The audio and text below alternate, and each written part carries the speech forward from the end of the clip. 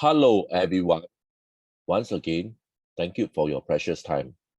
Today, we are going to continue on the discussion of radio propagation mechanism. Today, we are going to take a close look on path loss model. There are basically three types of path loss model. Number one, free space path loss. Number two, plain earth model. And last but not least, Okumura Hata model. So today, we are going to take a close look on these three methods of path loss model. This is my email. If you have any question, please send me an email. This is what we have discussed on the previous video. This is a transmitter. This is a receiver. And the transmitter sends a message to the receiver. In order to ensure that the receiver receives the message, it's good that we know what is the path loss.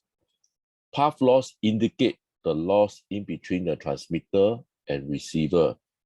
With this path loss, we can anticipate whether the message is able to receive by the receiver.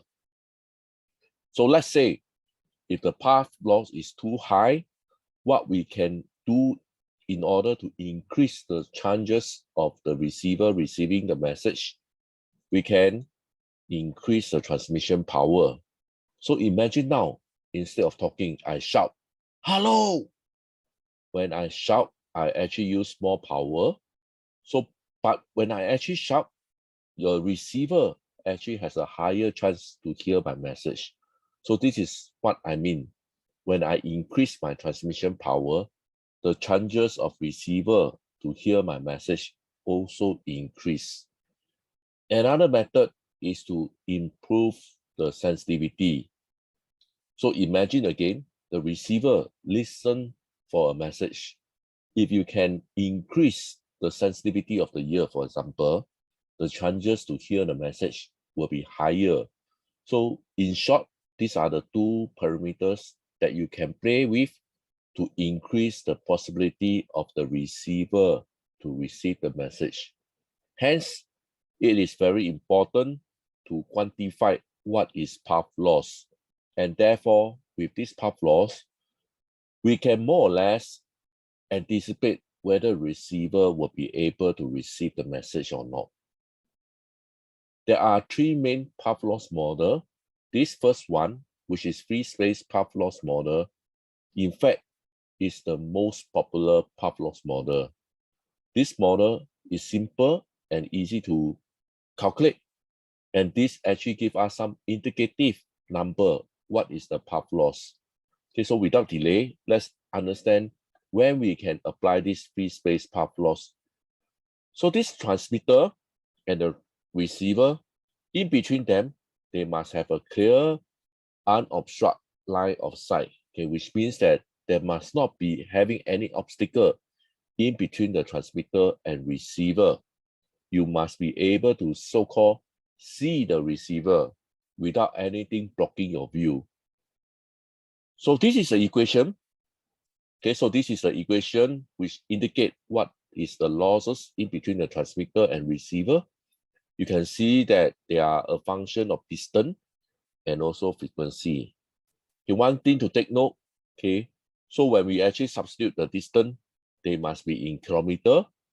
Also, we need to ensure that the frequency must be in megahertz before we can substitute into this equation here. Okay, we will take a look on an example.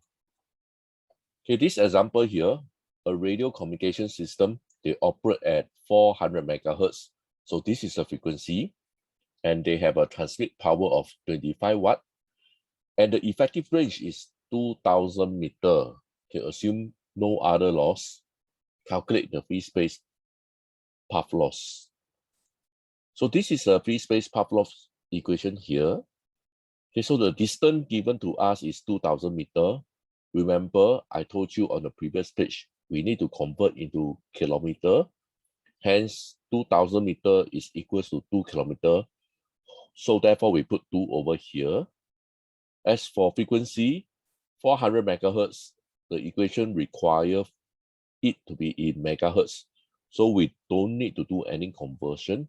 And what you need to do is you punch your calculator, you should be able to calculate this number out, 90.5 dB, which means that in between the transmitter and receiver, you can anticipate there will be a loss of 90.5 dB. Next, we go to the plane earth model. Okay, earlier on, we talked about free space path loss. Basically, it's only with this direct wave. Plane earth model means that with this plane direct path and also ground reflected wave. So in short over here, okay, the VHF, UHF, and microwave signal, normally they propagate by space wave. So space wave means this direct wave, okay, which is over here. This is called direct wave, and include also the ground reflected wave. So these two waves add together to form a space wave. Okay, reflection from the ground will cause energy loss such that its attenuation will be larger than the free space path loss. So with this, actually you can anticipate that this loss will be greater than the free space path loss model. So let's take a look on the equation again. Okay, so you can see also it's a function of distance, and this time round is also a function of the height of the receiver and the height of the transmitter. Okay, again, we need to take note that the distance must be in kilometer, the height of a receiver must be in meter, and the height of a transmitter must be also in meter. Okay, if you take a close look on this equation, and you realize that this plane earth model is actually independent of frequency. Okay, you can see that inside this equation, there is no frequency component. So this is what it means. It's actually independent of frequency. Again, let's take a look on this example. An aircraft is approaching, landing at a height of 1,000 meters and is transmitting. So this is the height of a transmitting to a control tower 10 kilometers away. Okay, so this is the distance. They are separate by 10 kilometers away. The height of the control tower is 90 meters. Okay, so this is the height of a receiver in meter.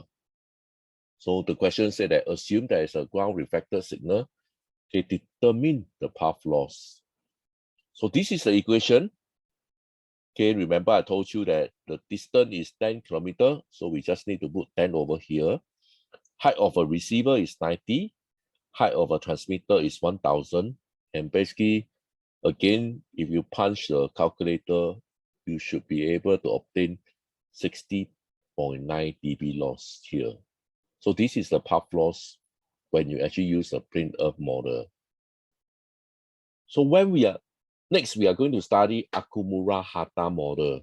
Okay, so this model is only applicable for urban environment. Okay, so you can see this is an urban city.